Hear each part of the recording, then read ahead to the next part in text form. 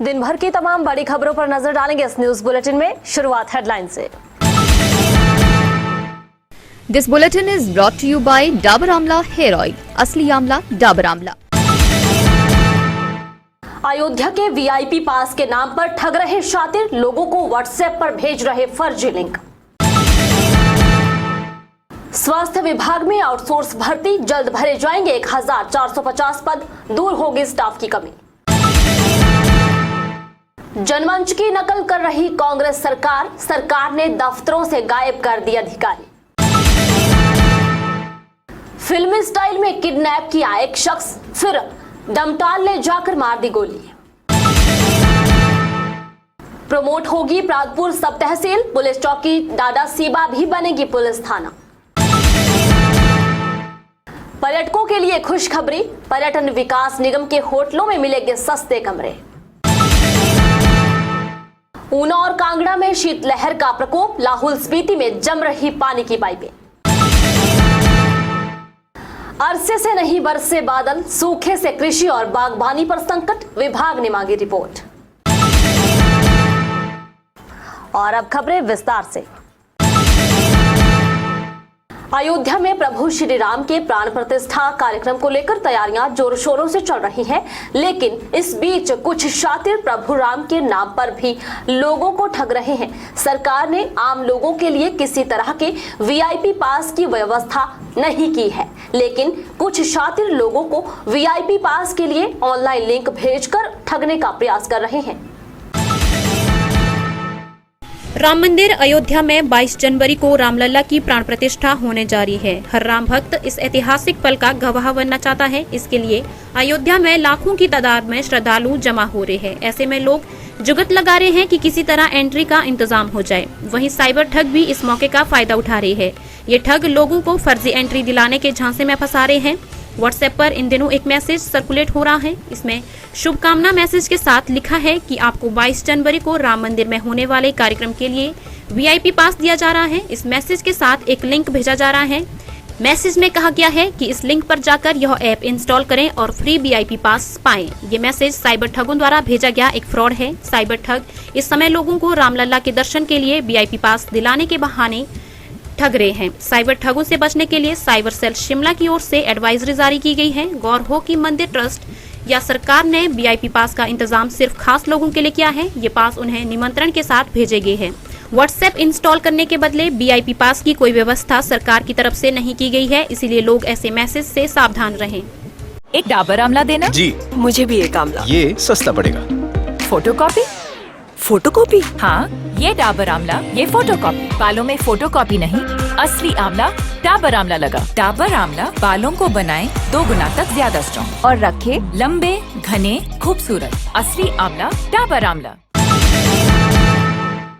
राज्य सरकार की मंजूरी के बाद स्वास्थ्य विभाग में आउटसोर्स पर बम्पर भर्तियों के लिए सभी औपचारिकताएं पूरी कर ली गई हैं। विभाग में कुल 1450 पदों पर भर्ती की जाएगी। योजना के अनुसार एनएचएम में नर्सिंग और फार्मासिस्ट रखे जाएंगे। स्वास्थ्य विभाग में आउटसोर्स पर बम्पर भर्तियां हो रही है। राज्य सरकार की मंजूरी के बाद विभाग ने 450 पदों को भरने की तैयारी पूरी कर ली है। इन पदों को भरने की प्रक्रिया जल्द ही शुरू हो जाएगी। राज्य सरकार ने मंत्रिमंडल में विभाग के इन पदों को भरने के लिए हामी भरी थी। ये सभी पद राष्ट्रीय स्वास्थ्य मिशन के तहत भरे जाएंगे। भर्ती प्रक्रिया पूरी होने के बाद प्रदेश भर के अस्पतालों में खाली चल रहे पदों पर डॉक्टर, नर्सिंग स्टाफ, फार्मासिस्ट और अन्य पदों पर भी भर्तियां होनी है। स्वास्थ्य विभाग ने 31 मार्च से पहले भर्ती प्रक्रिया को आगे बढ़ाने का फैसला किया है। लोकसभा चुनाव में आदर्श आचार संहिता लागू होने से पहले स्वास्थ्य विभाग भर्ती प्रक्रिया को पूरा कर लेगा। स्वास्थ्य निदेशक डॉक्टर गोपाल बेरी ने इस भर्ती प्रक्रिया की पुष्टि की है। उन्होंने बताया कि राज्य सरकार की मंजूरी से स्वास्थ्य विभाग बड़े पैमाने पर भर्ती प्रक्रिया आयोजित करने जा रहा है। इस भर्ती को लेकर सभी औपचारिकताएं पूरी कर ली गई है और नेशनल हेल्थ मिशन के तहत इसे आगे बढ़ाया जाएगा। उन्होंने बताया कि भर्ती प्रक्रिया को लोकसभा चुनाव से पहले पूरा करने की तैयारी है। भर्ती से प्रदेश भर के अस्पतालों में खाली चल रहे स्टाफ, नर्स और फार्मासिस्ट के पद भी भरे जा सकेंगे।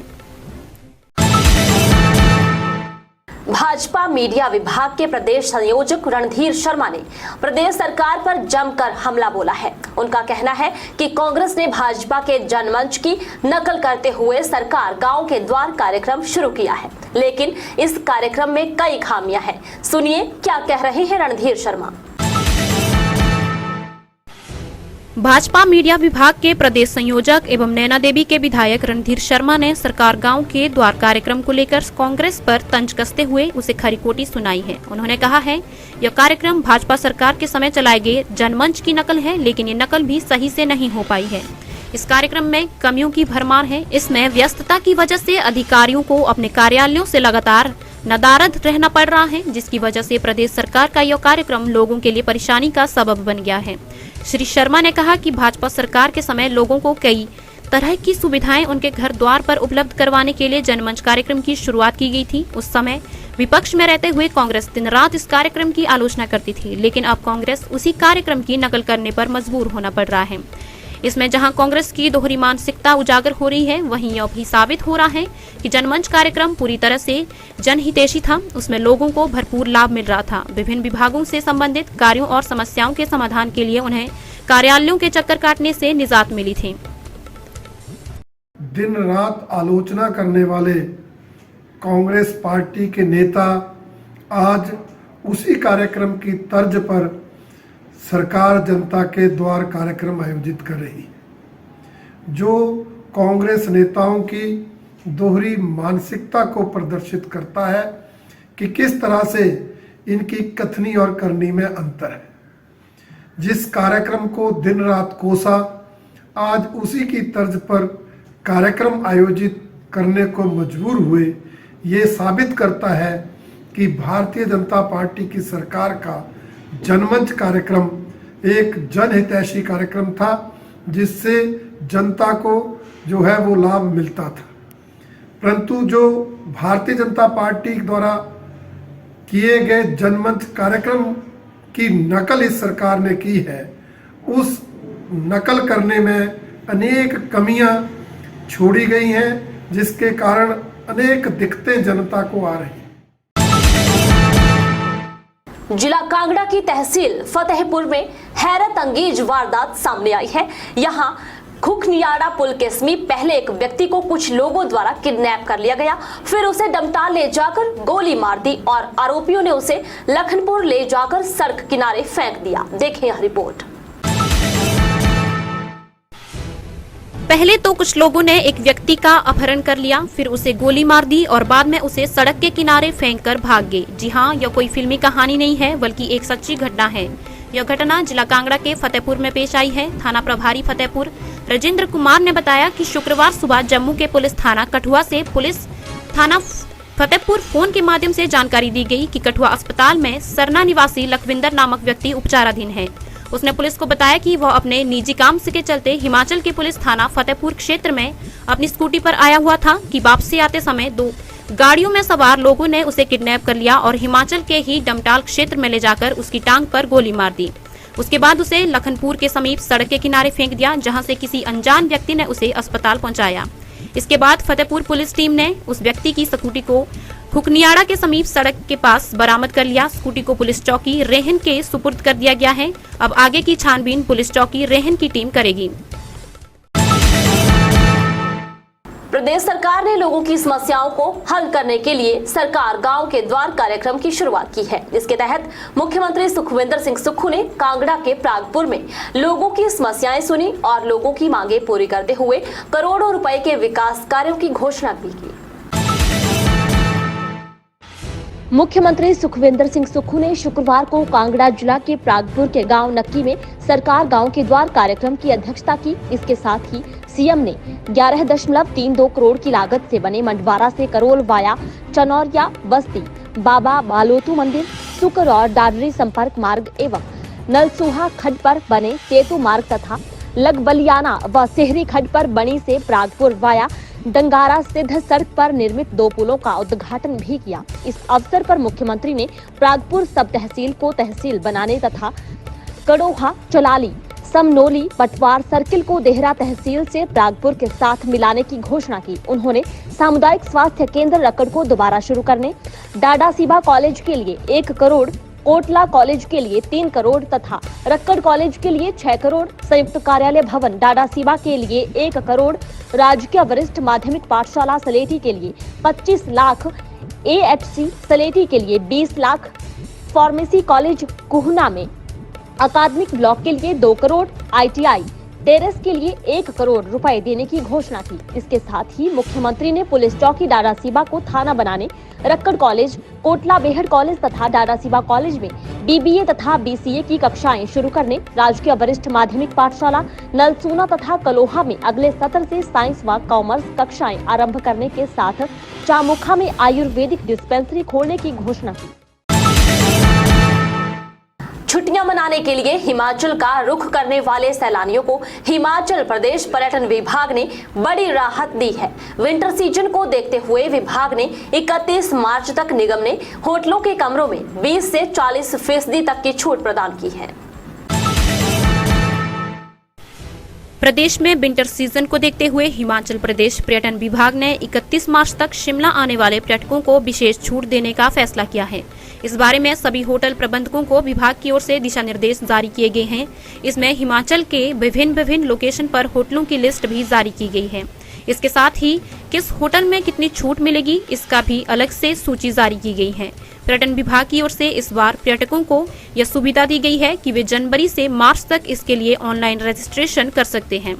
HPTDC के होटलों में पर्यटकों को ठहरने के लिए सस्ते किराए में कमरे मिलेंगे। ये छूट केवल HPTDC के होटलों में ही रहेगी। इसमें Dharamshala, Manali, Naldehra, Chanshal, Peterhoff hotel, holiday home, hotel Shivalik, lake view, hotel Giriganga सहित प्रदेश के करीबन 52 होटलों में ये छूट दी गई है। बाहरी राज्यों से हिमाचल आने वाले पर्यटक सीधे तौर पर 20 से 40% की छूट का लाभ ले सकते हैं। इसके साथ ही ये भी दिशा निर्देश दिए गए हैं कि 17 फरवरी से 20 फरवरी के बीच रिवालसर में छेशु मेले के दौरान ये छूट नहीं होगी। वहीं 1 मार्च से 31 मार्च के बीच होटल धर्मशाला में भी कोई छूट नहीं रहेगी।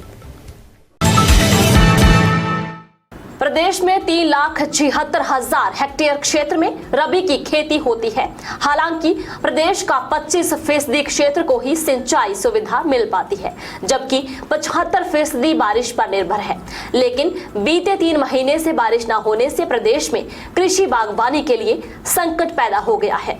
बिन बारिश खेतों में बोई गई फसलें भी सूखने की कगार पर पहुंच गई हैं। प्रदेश में सूखे के संकट से कृषि और बागवानी में बड़े नुकसान की संभावना बनी हुई है।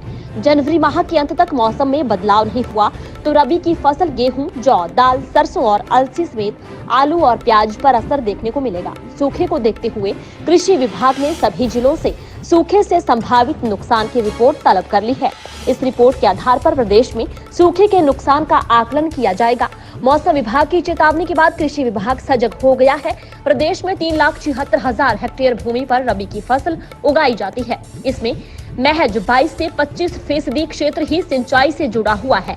अन्य सभी क्षेत्रों में कृषि पूरी तरह से बारिश के पानी पर निर्भर है। सूखे का सबसे ज्यादा असर गेहूं पर पड़ा है। बिजाई से अब तक गेहूं के खेतों तक पानी नहीं पहुंच पा रहा है। मौसम विभाग ने इस बार सदी का सबसे बड़ा सूखा होने की बात कही है। बीते 110 सालों में 11वीं बार ऐसा हुआ है जब बारिश का न्यूनतम स्तर -99.7% आंका गया है। प्रदेश में बारिश 0.1% ही हुई है, जबकि इस अवधि में सामान्य बारिश का आकलन 43.1% है। इससे पूर्व सबसे कम बारिश वर्ष 1914 में दर्ज हुई थी। बर्फबारी न होने की वजह से सेब बागवान भी चिंतित हैं। बेशक प्रदेश में अरसों से बारिश नहीं हुई है, बावजूद इसके यहाँ प्रचंड शीतलहर का प्रकोप जारी है। प्रदेश के 4 शहरों में तापमान 0 से नीचे पहुंच गया है। कांगड़ा और ऊना में सुबह शाम लोगों को धुंध के साथ प्रचंड ठंड का सामना करना पड़ रहा है। भले ही मौसम में बड़ा बदलाव ना हुआ हो, लेकिन प्रदेश के 2 जिले शीतलहर की चपेट में आ गए हैं। मौसम विभाग ने ऊना और कांगड़ा में शीतलहर चलने की बात कही है। बीते 24 घंटे से इन दोनों जिलों में शीतलहर जारी है। इसके अलावा लाहौल स्पीति के कुकुसमेरी में जमा देने वाली ठंड पड़ रही है। यहाँ तापमान -12.4 डिग्री सेल्सियस पर पहुंच गया है। सड़क पर पानी जमने की स्थिति बनी हुई है। इसके साथ ही घरों में पानी की सप्लाई पहुंचा रही पाइपें भी जाम होने लगी हैं। मौसम विभाग ने आगामी 48 घंटे के लिए 6 जिलों में कोहरे के अलर्ट जारी किया है। इनमें ऊना, बिलासपुर, हमीरपुर के साथ ही कांगड़ा के डेहरा, नूरपुर और जवाली, सोलन के नालागढ़, बद्दी, अर्की और कुनिहार के साथ ही सिरमौर के नाहन और पांवटा साहिब में कोहरे की संभावना जताई है। इस दौरान इन क्षेत्रों में सफर करने वाले वाहन चालकों को सावधानी बरतने की सलाह दी गई है। प्रदेश के 4 शहरों में तापमान 0 डिग्री से नीचे खिसक गया है और इसमें लगातार गिरावट जारी है। कुकुसमेरी में -12.4 डिग्री, समदो में -6 डिग्री सेल्सियस, कल्पा में -2.8 डिग्री और मनाली में -0.7 डिग्री सेल्सियस तापमान बना हुआ है। चलते चलते में कुछ और बड़ी खबरें। बिलासपुर में पहली बार सजा एडवेंचर टूरिज्म उत्सव। तकनीकी शिक्षा मंत्री राजेश धर्माणी ने डमली में झील किनारे सजे उत्सव का किया शुभारंभ। कालाम में महिला के पास मिला 937 ग्राम गांजा। कालाम पुलिस ने एनडीपीएस एक्ट के तहत मामला दर्ज कर शुरू की पूछताछ। कांगड़ा के हरिपुर में मामा के घर गए एक ग्रामीण का शव जंगल में मिला। वापस घर लौटते वक्त भटक गया था रास्ता, जांच में जुटी पुलिस। पालमपुर के निकटवर्ती कंडी गांव के जवान का अरुणाचल प्रदेश में निधन। बीआरओ में कार्यरत एक जवान सड़क हादसे में हुआ शहीद। न्यूज बुलेटिन में इतना ही। बने रहें दिव्य हिमाचल टीवी के साथ।